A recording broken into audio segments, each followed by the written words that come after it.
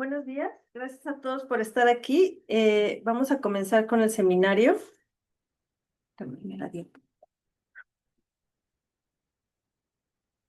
El día de hoy tenemos el gusto de tener con nosotros al doctor José Flavio Márquez Torres con el seminario La Rigoría en la Selva Estacional. Voy a leer una pequeña semblanza del doctor antes de comenzar. El doctor José Flavio Márquez Torres es biólogo egresado de la Facultad de Ciencias Biológicas de la UAM. Realizó su maestría en el CIVIC y el doctorado en la UAM. Él ha realizado plantaciones de restauración para la realización de su tesis de investigación tanto de maestría y doctorado. Tiene experiencia en temas de conservación biológica, interacciones bióticas y restauración ecológica. Él es cofundador de la Asociación Civil Paisaje Manejo Integral, fundada en el 2015. Él ha gestionado recursos por parte de la Comisión Nacional de Áreas Naturales Protegidas para desarrollar proyectos de corte ambiental en Balsapote, Veracruz y en Quilamula, Morelos. En el 2012 ingresó a The Conservation Leadership Program, un programa mundial de jóvenes líderes para el cuidado del ambiente, así como también es integrante de la red de jóvenes líderes emprendedores de Youth Action Net. Él ha colaborado en proyectos realizados por ProNatura México en el estado de Colima y recientemente en el estado de Nayarit por el Fondo Noreste AC y el Instituto Tecnológico de Estudios Superiores de Occidente. Además, ha participado en diversos foros de análisis de la problemática ambiental en el estado de Morelos, en el Senado de la República y como ponente en la COP13 organizada por el Convenio sobre la Diversidad Biológica. En el año 2015 ganó el premio VM por el desarrollo social y del medio ambiente y en 2016 ganó el premio estatal de la juventud del estado de Morelos en la categoría de medio ambiente y desarrollo sustentable.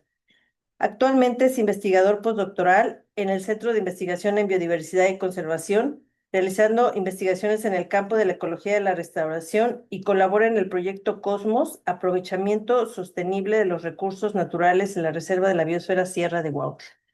En esta semblanza faltó decir que das clases en la Escuela de Estudios Superiores de Jicarero y pues estamos muy contentos de tenerte aquí y sin más preámbulo, adelante. Gracias. Muchas gracias, doctora, por la presentación. Es una pequeña charla que la titulé Rigoría en la Selva Estacional, un estudio de caso en parcelas de restauración ecológica. Y bueno, ¿no?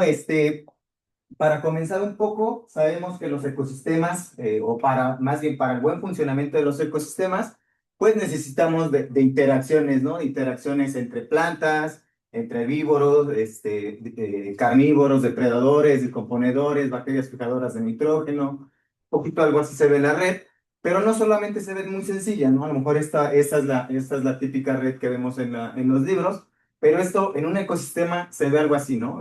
Muchísimas interacciones entre muchos interactuantes, ¿no? Y dentro de estas interacciones, pues tenemos a las interacciones planta-animal. Interacciones como la dispersión de semillas, que pues es básicamente el que los animales dispersan las semillas, y esto no es que lo hagan, digamos, voy a dispersar las semillas, ¿no? En realidad ellos van a un árbol con frutos, agarran el fruto, muchas veces lo que hacen es, cortan el fruto, lo arrancan y se lo van a comer a otra parte, ¿no? Esto, por ejemplo, con las aves o, en los roedores, pues los roedores también, a lo mejor agarran las semillas y se las llevan a otro sitio y en ese andar de los roedores, pues se les puede caer, ¿no? Se les puede caer la semilla y estas semillas, así como también las que se les pueden caer a las aves, los frutos, potencialmente pueden germinar, se pueden establecer y pues se desarrolla un arbolito, ¿no? Tenemos también la polinización, que básicamente es el movimiento de polen de una flor a otra. Aquí unos buenos representantes, las abejas o los lepidópteros, ¿no? Y pues la herbivoría, ¿no? Que es una interacción entre plantas y muchas veces insectos. Esa es una interacción antagónica, les digo, entre animales y plantas, la cual los animales consumen alguna parte del tejido vegetal vivo de la planta, sea tallo, hojas, flores, frutos, raíces. Y en este caso, en esta es una interacción de tipo de predación, ¿no? Tenemos una especie que está siendo favorecida y la otra especie pues se ve mermada, ¿no? Las consecuencias de esta interacción en el individuo que se ve afectado, pues depende del daño que causan. La herbivoría, pues es una interacción de las más frecuentes en los ecosistemas y además incluye cerca del 50% de los insectos herbívoros, ¿no? Insectos herbívoros 20%, 26%, plantas el 22% y los vertebrados herbívoros el 0,1%. Como ven, es una interacción con bastantes interactuantes. Hablando un poquito de los registros fósiles, sugiere que los daños por herbívoros invertebrados datan de aproximadamente 400 millones de años en el Devónico, en la era del Paleozoico, y hay registros por parte de vertebrados de hace alrededor de los 280 millones de años en el Pérmico, igual en el Paleozoico.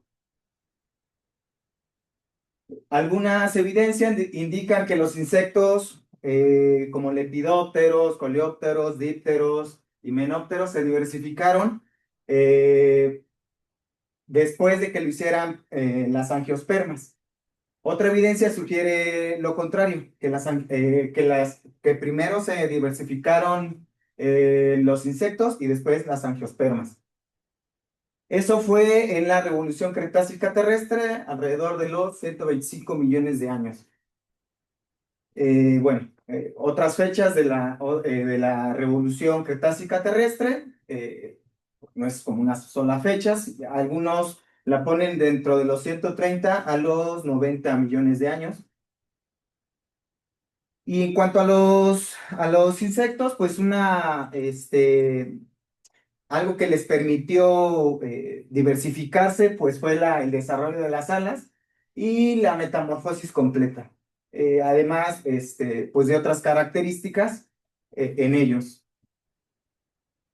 A nivel global, se estima que la cantidad de tejido que es consumida por los herbívoros es alrededor del 15%. Eh, Hay mayores tasas de remoción de área foliar en los trópicos que en las latitudes altas, perdón. Y algo relevante, y lo digo relevante porque pega en el bolsillo y pega en la economía y en la alimentación de los seres vivos, es que se estima que el 40% de las cosechas se pierden por plagas de insectos, ¿no? Si hacemos un ejercicio rápido, México cuenta con alrededor de 32 millones de hectáreas para diversos cultivos, ¿no? El 40% correspondería a 12,1 millones de hectáreas, ¿no? 12,8 millones de hectáreas es algo, pues sí, de manera, pues que pega, les digo, al bolsillo y pues a la alimentación. Flavio, un momentito. Fíjate que no está cambiando la imagen en el Facebook. Ujú. Entonces voy a intentar eh, cambiar esto, Sí, porque tú vas aquí, pero en el Facebook no ha sí. cambiado.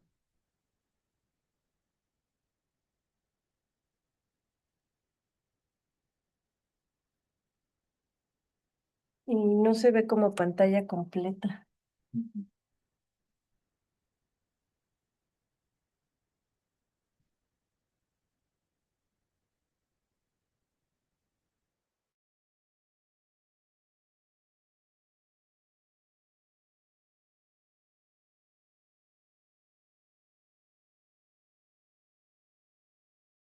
Es igual, porque la vez pasada se enseñó.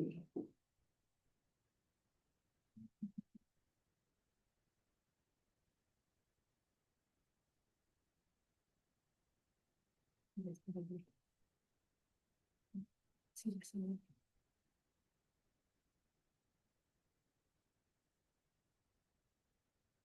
Esta no era la que estaba, ¿verdad? No, ¿Por qué se está pasando aquí. sola? Ah, porque la estoy manejando de... Ah, ok, no me asusté. Espera, me voy a abrir el micrófono en Sí, cuanto ya estás. Esa es la diapo la que quieres estar, ¿verdad? sí. Ah, ya está el audio. Adelante. Eh, y pues de los principales organismos plaga, pues tenemos a el pulgón amarillo en el sorgo, mosquita blanca en varios cultivos, afecta a varios cultivos, el picudo rojo, que afecta al coco, y la gallinita ciega, gallina ciega, perdón, en el maíz. Eh, Tipos de daño que causan los herbívoros, pues tenemos agallas, tenemos minadores, tenemos frugívoros, tenemos chupadores de savia y pues casi lo que... ¿De las agallas se considera daño? ¿No aumenta el área pulmonar? Pues algunos autores sí lo ponen como si fuera un daño. Sí. Eh, Retomando, la folivoría, ¿no? Que es lo que casi todos vemos, ¿no? Que los daños estos o que son más notorios a veces, ¿no? Los daños, el consumo del área foliar por parte de los herbívoros. ¿Y cómo se defienden las plantas? Pues tenemos algunas estrategias como el escape, que son especies de baja abundancia. Hay casos extremos como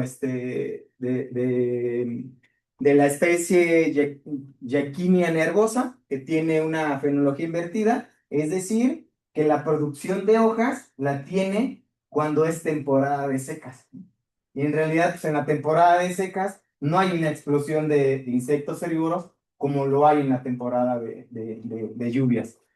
Esto tenemos ahí a la planta.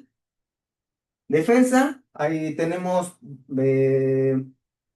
dos vías, la resistencia y la tolerancia. Por parte de la resistencia tenemos la resistencia química, con la producción de metabolitos secundarios como terpenos, alcaloides, fenoles, y resistencia física, ¿no? La resistencia como que puede ser hojas gruesas, espinas, tricomas, cristales de sílice, cutículas gruesas. Por ejemplo, eh, se me viene a la cabeza los nopales, ¿no? Si han visto esta cutícula que tienen los nopales, ¿no? Es que hasta cierto punto es muy difícil de cortar. Asociaciones mutualistas como la mimercofilia, que es una asociación hormiga-planta, una de las más famosas y de las que se describieron por primera vez fue la acacia cornígera y la especie de hormiga Pseudomyrmex ferruginea. Aquí la especie de la hormiga pues le ofrece protección contra potenciales herbívoros, y la hormiga pues vive en estas espinas huecas, ¿no? Además de que la acacia también le puede brindar alimento a través de estos cuerpos de Bell, ¿no? Que producen glucógeno, que eso es una característica bien importante y muy, digamos, fuera de línea, porque el glucógeno lo producen los animales, ¿no?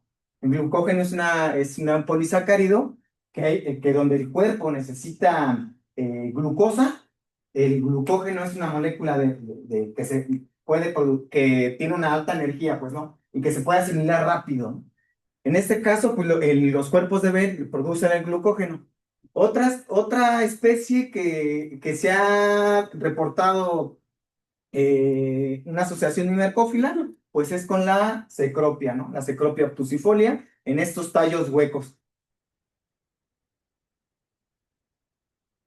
No sé si vaya a pasar el videíto, traigo este videíto como para que lo puedan... Planta que viene con una hormiga, ¿Van a la observar? acacia cornígera. Esta planta desarrolla unas espinas parecidas a los cuernos de toro, en las cuales viven las hormigas. La acacia y las hormigas desarrollan una relación llamada mirmecofilia, que es amor por las hormigas.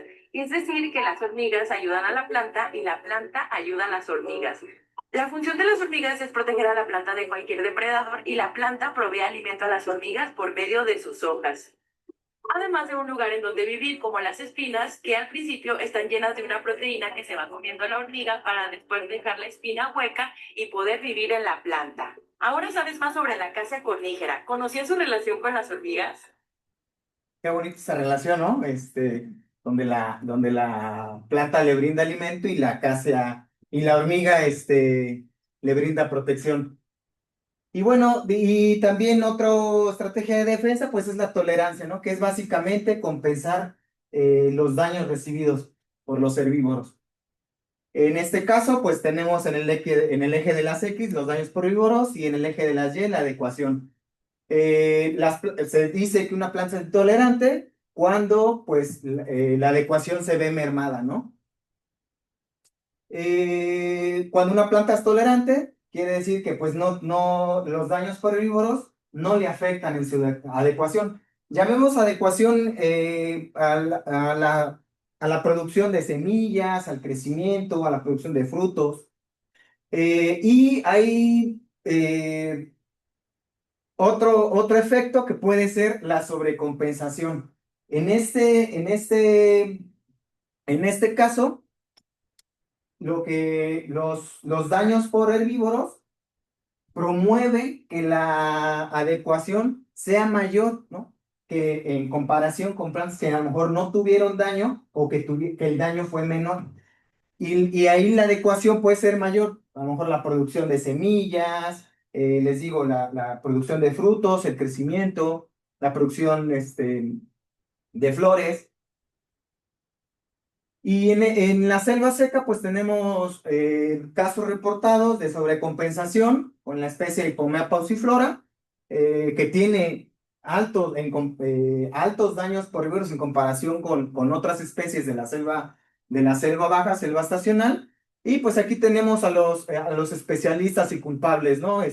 Obdeocosta biunularis y Phytodectoidea quatordesmipunctata. En cuanto a los daños por herbívoros y la madurez de las hojas, se dice que o hay mayor literatura que apoya que las hojas jóvenes pueden llegar a tener mayor daño por herbivoría que las hojas maduras. Otra estrategia de las plantas para poder defenderse en cuestión del desarrollo de la hoja es el desenvolvimiento de la hoja, ¿no? No sé si han notado que hay algunas hojas que en su etapa joven es rojiza y tiende a retardar más su desenvolvimiento, ¿no? El alargar esta parte de que sea más, que crezca la hoja, se desarrolle y que además el color rojizo lo cambie a color, pues vengan los colores, un colorcito verde, ya, ¿no? Y eso es, les digo, como una estrategia de defensa. ¿Qué más? En cuanto a la medición de la herbivoría, tenemos mediciones como la tasa de consumo, un punto en el tiempo, como las categorías de daño, los índices, y pues hay veces que nos apoyamos con medidores de área foliar para calcular el área consumida y también calculamos el área foliar perdida mediante ecuaciones, sabiendo el área que potencialmente una hoja puede tener dependiendo del largo y el ancho total de cada hoja. En cuanto a los datos de herbivoría en la selva estacional, se tiene que es alrededor del 12%. En datos del artículo de Mariano y colaboradores en el 2018. Hay otros autores que mencionan que el bosque, la selva seca tiene alrededor del 12-14%. Este es datos de especies de la selva de la selva baja, de la selva estacional, establecidos en monocultivos en el 2018, donde tuvimos alrededor del 14% de daño.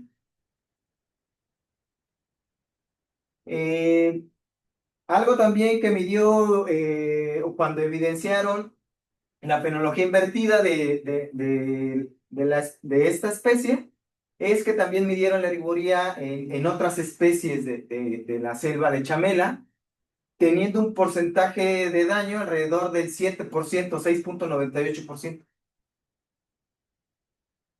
En cuanto a la producción primaria neta, hay mucha variación en cuanto a la producción primaria neta en la selva estacional, pero por lo general se ha mencionado que la producción primaria neta en este tipo de ecosistemas de alrededor del 6,8 toneladas por hectárea por año, versus, por ejemplo, la selva húmeda, vean, el 13 toneladas por hectárea por año. Es mucho más la producción en la selva húmeda.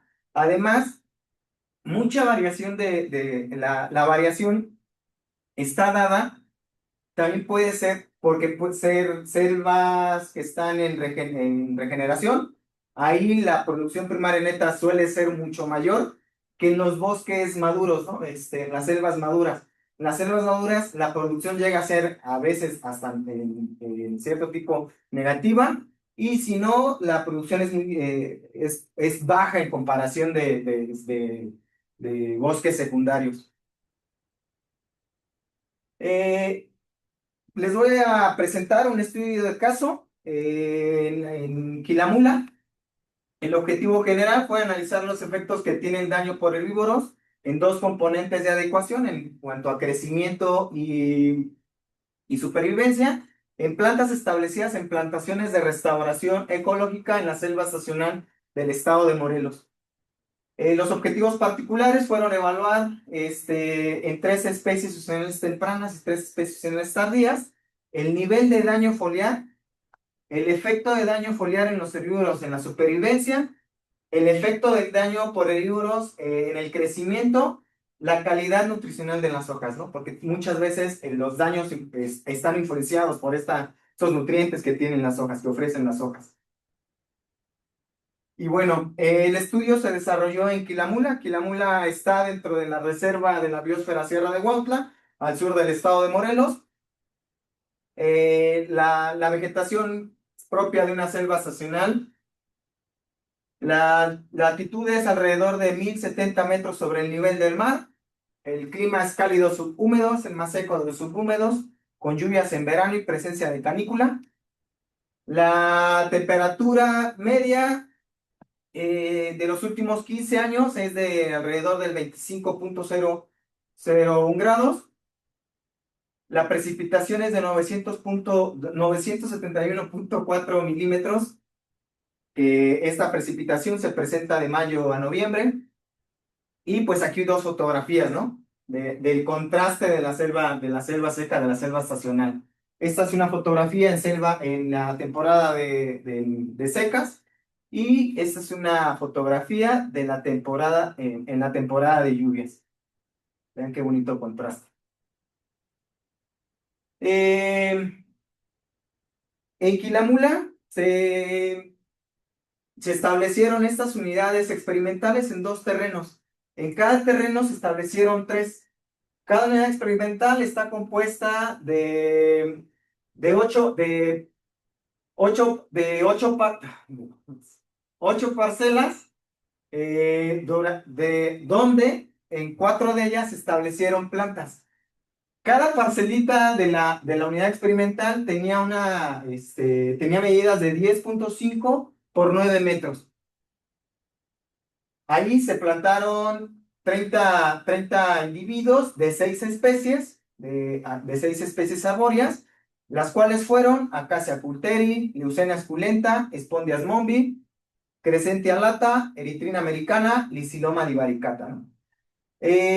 Como nombres comunes tienen palo blanco, guaje rojo, ciruela, cuatecomate, zompantle. Las 3 primeras son de sucesión temprana y las tres últimas especies que nombré son de sucesión tardía. La mayoría fueron leguminosas, y pues en la selva seca sabemos la importancia que tienen las leguminosas, ¿no? Es un grupo importante en cuanto a la vegetación. Para evaluar los daños por herbívoros y evaluar si estos daños por herbívoros tienen repercusiones en la adecuación de las plantas, en el 2013, en 40 individuos, los cubrimos, ¿no? Los excluimos de los herbívoros. Los tapamos con tela tul. Esta tela tul lo que permitió pues, fue que no entraran los herbívoros, ¿no? Si se dan cuenta, pues está la planta adentro. Pusimos como un tutor y pues pusimos la malla tul. Y otra característica es que les pusimos piedras abajo, ¿no? Para que también no pudieran entrar los insectos herbívoros. Y en 40 individuos por especie más, los dejamos sin, sin, este, sin exclusión, ¿no? Les digo, para contrastar los daños por herbívoros. En el 2000, ¿qué hice? Eso fue en el 2013, y en el 2014 dijimos, bueno, tal vez la malla o la tela tul está repercutiendo en el crecimiento de la planta por la cantidad de luz que está dejando pasar, ¿no?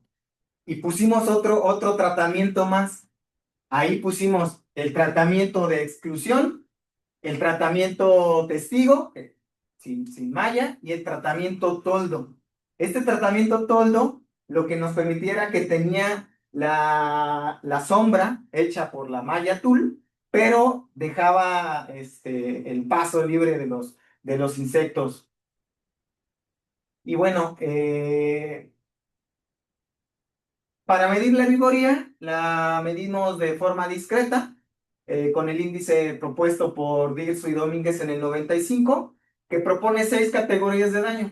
El 0% es la categoría 1 es hojas sin vigoría, la categoría 1 es la de 1 a 6%, la 2 es de 6 a 12, la 3 es de 12 a 25%, la 4 es de 25 a 50%, y la categoría número 5 es de 50 a 100%. Esta vigoría fue medida en 10 hojas por individuo, y además las variables también que se midieron pues fue la supervivencia, el crecimiento en volumen y el nitrógeno y fósforo en las hojas. En cuanto a los resultados, ¿qué pasó con la vigoría en el 2003, en el año que establecimos la plantación y además que pues establecimos el tratamiento de exclusión nada más? Pues efectivamente el tratamiento de exclusión sí excluye a los insectos herbívoros, aunque también cabe aclarar que no es que tuvieran 0% de daño las hojas, ¿no? Algunas sí presentaron. En cuanto al control, las hojas los individuos que no tuvieron la exclusión, pues vean, el índice fue mucho mayor, siendo estadísticamente diferente. En cuanto a la supervivencia, ¿qué pasó? Aquí pasó algo, digo yo, muy bonito.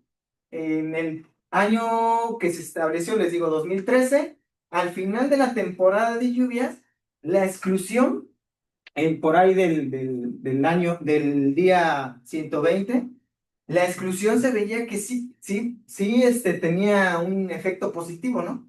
De hecho, ahí se muestra que los individuos que tuvieron la exclusión sobrevivieron más que los que no la tuvieron. Bueno, se llega la temporada de secas y llega nuevamente la temporada de lluvias del 2014. ¿Qué pasó? La exclusión y el control tienen básicamente el mismo porcentaje de supervivencia. Aquí, creemos que básicamente, y como en mucha literatura hay, es que el agua es una limitante mayor que pues los daños por herbívoros, ¿no? O sea, es decir, el que haya o no agua repercute mayormente en la adecuación de las plantas de la selva estacional. Es el efecto que les comento.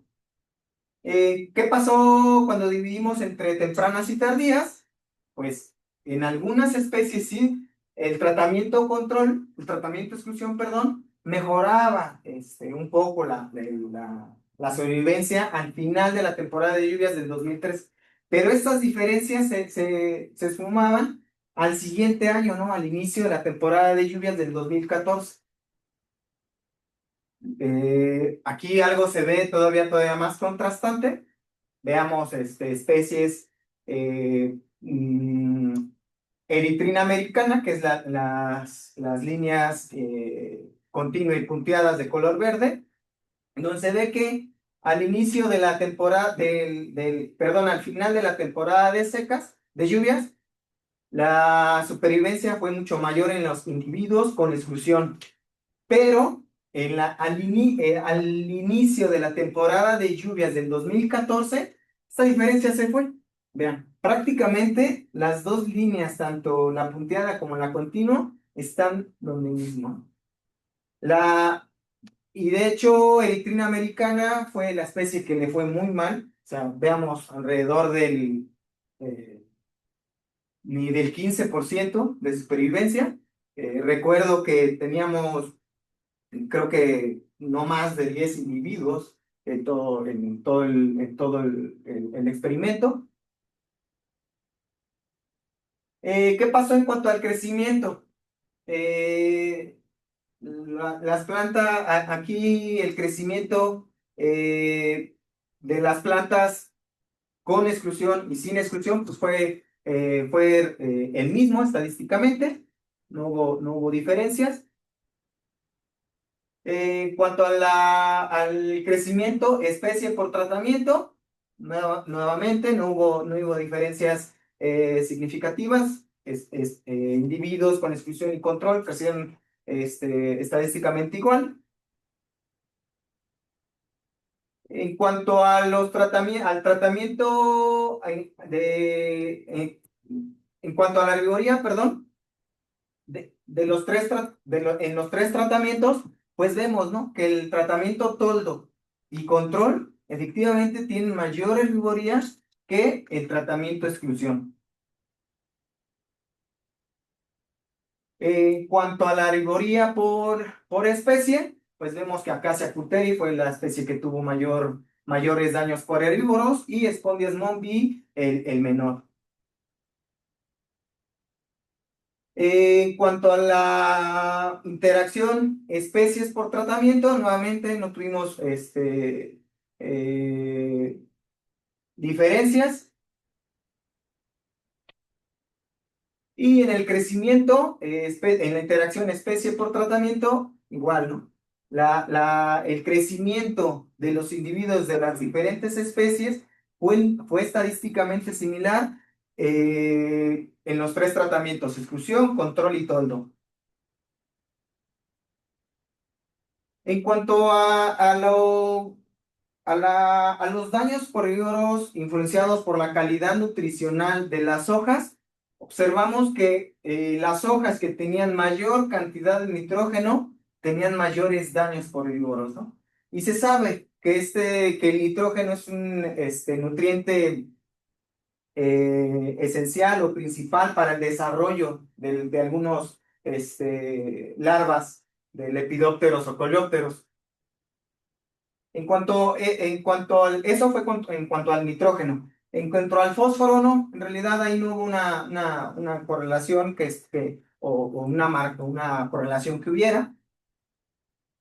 Y en cuestión por especie, separamos a las especies tempranas y evaluamos la concentración de nitrógeno y la herbivoría. Observamos que efectivamente a mayor concentración de nitrógeno, mayores niveles de herbivoría. Y algo muy bonito en este gráfico es que pues se agrupan, ¿no? Se agrupan las especies: Acacia coulteri, Spondias mombi y Leucena suculenta. Algo también que que evidenciamos y que para nosotros fue sorpresa es que hubo un efecto de translocación de nutrientes. Eso es decir, la translocación de nutrientes significa que los nutrientes se pueden mover, digamos, de la hoja hacia el tallo cuando hay herbivoría o cuando la hoja empieza su vida senescente y empieza y va a caer, ¿no? Entonces ahí existe una translocación de recursos de la hoja hacia el tallo. Y ese efecto se dio en la especie Leucena esculenta, ¿no? En el guaje. Si vemos el tratamiento control, tuvo menor concentración de nitrógeno al igual que el toldo, es decir, las hojas que recibieron daño versus las que no recibieron daño, ¿no? El nitrógeno en las hojas del tratamiento de exclusión, la concentración fue mucho mayor. Eso en cuanto a nitrógeno, y en cuanto al fósforo, no se ve tan marcado este efecto. Se ha reportado este efecto en algunas otras especies, como en Azarcia indica, y en especies igual, ¿no? En proyectos o de la producción primaria. Y como conclusiones, pues tenemos que el nivel de daño foliar que estimamos en nuestro proyecto fue de alrededor de 3.8 al 6.2%, valores relativamente bajos, ¿no? Y pensamos que estos valores bajos hicieron que los daños no tuvieran efecto sobre la adecuación, ¿no? La supervivencia ni en el crecimiento. Además de que la calidad nutricional de las hojas, pues el nitrógeno es el nutriente con mayor correlación con los daños por herbívoros. Y sería todo. Gracias por su atención.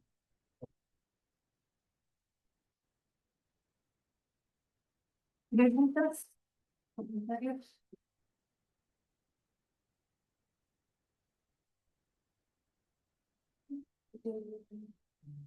Y adelante. Sí, dime. A mí no me quedó tan claro cómo es que miden el nitrógeno en las hojas. ¿Seleccionaron hojas que ya habían sido atacadas o hojas que no tenían? Ahí utilizamos hojas de las hojas que medimos para evidenciar la herbivoría, también las ocupamos para el análisis de nutrientes. Se utilizaron el análisis de Hegenda para nitrógeno y fósforo. ¿Y vale? Las hojas, entonces, el nitrógeno que obtuviste en tus hojas comparado con otras especies es un poquito alto o tienes herbivorías tan bajitas porque en realidad esas especies tienen un nitrógeno, contenido de nitrógeno alto? No, ahí el menor daño se lo estábamos atribuyendo a que tal vez al ser un área abierta y además un área que pues estaba abierta, no, la llegada de los insectos a lo mejor pues es más paulatina, ¿no? O sea, alrededor de cierto tiempo. Y eso tal vez pues, permitió que los daños no fueran altos. Hay igual, ¿no? Otros estudios que en ambientes abiertos, pero con una comunidad a lo mejor de herbívoros mucho mayor, los daños por herbívoros suelen ser con valores muy similares a los de, por ejemplo, una selva madura. Es ahí. Porque está perturbado, hay pocos animales. Sí.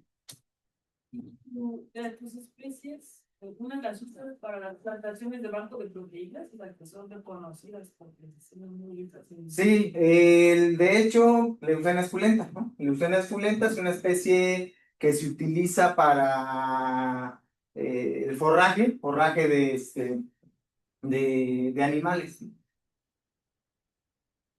Tiene un alto contenido de proteína. Entonces, por ahí que vieron el video más Sí, pero ahí te digo, el daño estaba más atribuido a la abundancia de insectos herbívoros. Tal vez para cerrar este match, hubiera sido pertinente, pues, evaluar la comunidad de insectos herbívoros.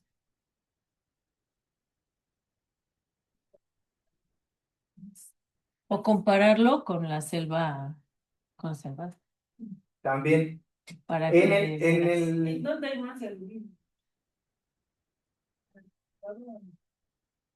Yo esperaría que en la conservada. Ujú.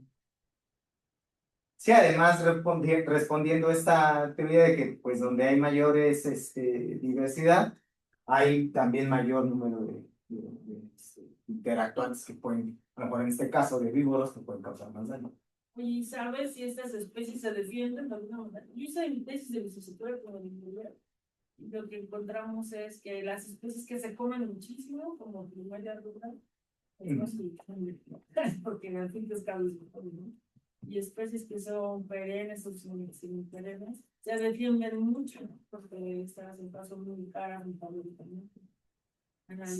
Evaluar con bibliográficamente si a lo mejor estas especies porque tienes unas tasas bajitas, ¿no? Sí, pues por ejemplo, tenemos a Crescentia alata, ¿no? Pues, es una especie pues catalogada de lento crecimiento, una especie tolerante, pero con unas tasas de crecimiento lento, ¿no? Esta especie, pues sus hojas son fibrosas, es igual como una estrategia pues de defensa, ¿no? Es una especie, sus hojas son fibrosas y suelen ser un poquito duras de la especie. En cambio, Lucena esculenta, Acacia coulteri, son especies con foliolulos muy delgados, ¿no? O sea, que fácilmente pueden ser consumidos por los insectos. Voy a poner una pregunta de aquí del chat. Amanda Ortiz, adelante.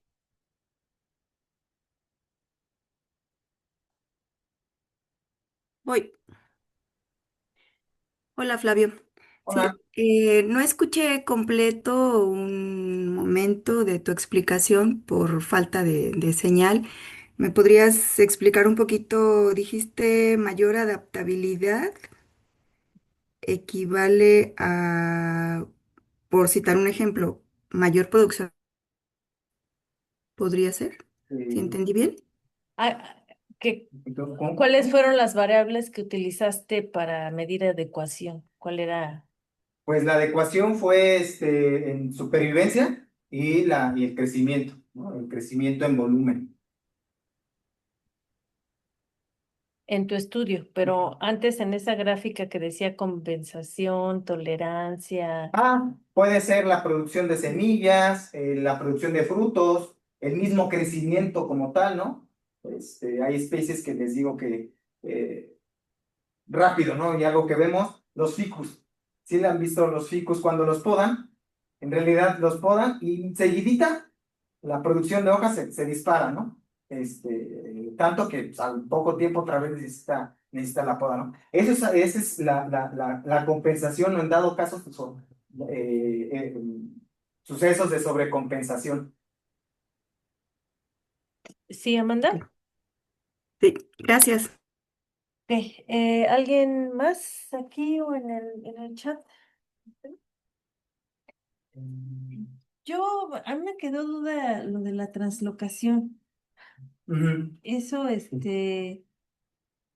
o sea, lo que estás diciendo es que una planta que no se ve afectada por herbivoría no va a reabsorber No. y los de la herbivoría los Sí, reabsorben. lo reabsorben porque se siente, es un daño, y lo que está haciendo, pues permitiendo que estos nutrientes, que son pues, importantes, y además en este ecosistema, ¿no? Que la limitante es el agua, y que esperar el proceso de que caiga la hoja y caiga con nutrientes y que tengan este proceso de descomposición y que los nutrientes sean asimilables para la planta, pues implica más tiempo, ¿no? Entonces pensamos que esta translocación pues es una estrategia de sobrevivencia, ¿no? Básicamente, pues es absorber los nutrientes para que no se lo coman el insecto. Pero otra cosa que yo leí es que las hojas que tienen herbivoría se degradan más rápido. 6 gramos. Sí, sí, eso también. Ujú. Ok. ¿Alguna otra pregunta? Paula? Ya no se llama acacia frutera, sí.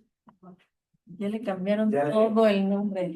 Ahora se tica Vachellia campechana, ¿no? ¿Sí es esa? No, esa es la de Mario Sousa. ¿Qué le da? Hay Sí. que hacer una revisión. Ay, sí, está horrible. ¿Alguna otra cosa? ¿Otro comentario? Y hay algunos de la materia de restauración. El proyecto, ¿cómo crees que debe ser considerado en la selección de especies para la distribución? Bueno, nosotros cuando iniciamos el proyecto, igual vas pensando en estas estrategias de mejorar la sobrevivencia de las plantas, pues propusimos, ¿no? Dado que la herbivoría es una presión para la planta, dijimos, pues hay que cubrirlas, ¿no? Las cubrimos, quitamos la presión de los daños por herbívoros y pensábamos que, pues, en teoría, las plantas iban a sobrevivir más. Pero no, la herbivoría fue o sea, estadísticamente similar y pues diríamos que pues esa estrategia a lo mejor, para estas especies en este ecosistema pues, a lo mejor no es una buena estrategia para aumentar la supervivencia.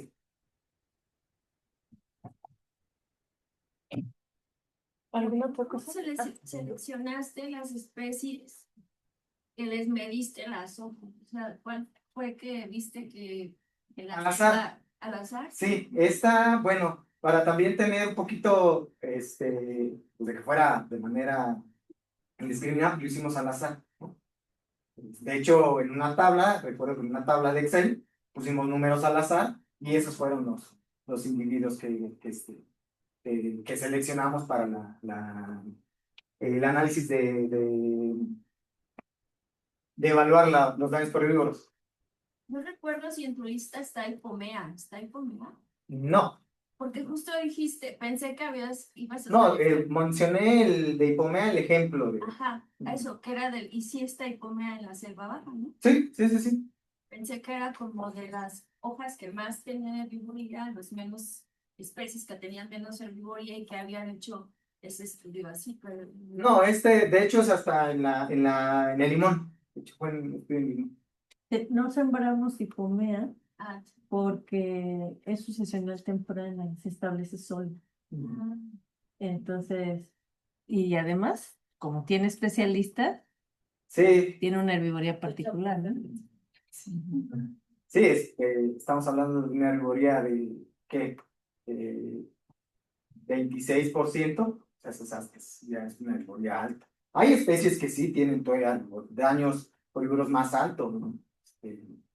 Pero en la selva seca, pues tenemos ese ejemplo.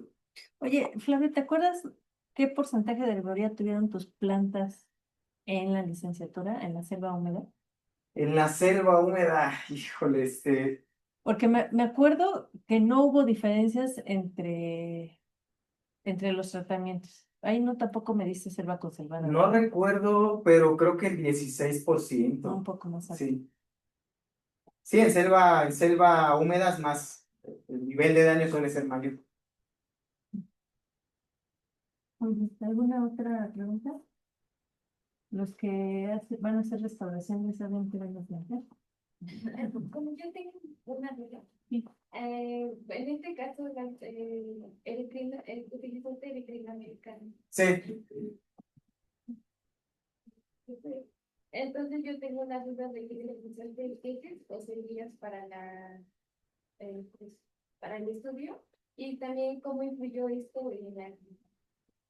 no, ahí, de hecho, bueno, hay muchos detalles que tal vez no les conté y la pregunta y tu respuesta, pues ahí sí me disculpo. Es que las plantas que utilizamos ya eran plantas de alrededor para eritrina era alrededor de 1 metro. Esa sí ya era una especie ya que trasplantamos grandecita. y las plantas fueron producidas en los viveros forestales de la Secretaría de Desarrollo Sustentable del Estado de Morelos, ¿no? Entonces a ellos se las pedimos y hemos colaborado con ellos, no solo en esta plantación, sino en otras plantaciones y nos han donado plantas, ¿no? Ahí pues me cuentan que antes, que por ejemplo para evitar problemas estos de diversidad, se utilizan individuos de diferentes localidades, también para evitar esta parte de que sean de un mismo individuo, ¿no? Las plantas salientes. Las plantas tenían alrededor de un año, me parece que 2 años, Cuatecomate.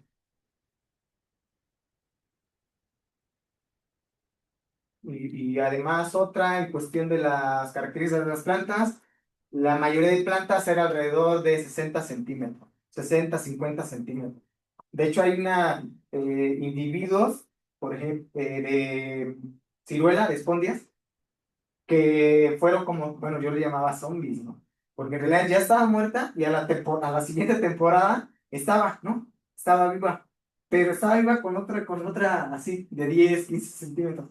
Y esas estaturas las tuvieron de 1 o 2 temporadas, hasta que pues, ya lograron establecerse bien y pues crecieron más.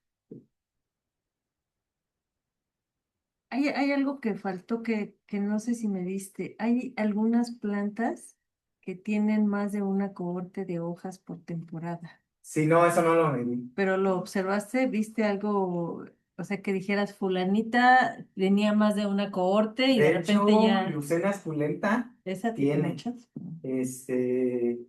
evidenciamos, no es que se caiga parejo, o sea, todos los individuos tiren las hojas, sino hay algunos individuos que las llegan a tirar, otros individuos que también las hormigas las defolian justamente y llegan otra vez a producir las hojas. Pero sí, de las que recuerdo, Leucena fue la especie que tuvo. Mm. ¿Tus especies tienen alguna característica de uso? La mayoría de plantas en la selva baja se ocupan. Prácticamente el 90% de árboles, de los árboles en la selva baja se ocupan. Pueden ser maderables, por ejemplo, eh, eh, eso fue el nombre, palo blanco, pueden ser también medicinales como la cresentia, de comida como la zompantle, eh, igual el guaje, ¿no? El guaje también nos lo comemos. Las ciruelas, ¿qué decir de las ciruelas? O sea, la mayoría de la 90% de las plantas de la selva baja se ocupan, ¿no? Tienen algún uso medicinal, constructivo, maderable, ay, se me fue. Pero sí, la mayoría tienen. Bueno, voy a dejar aquí el seminario, les agradezco mucho y le damos un aplauso a Claudia.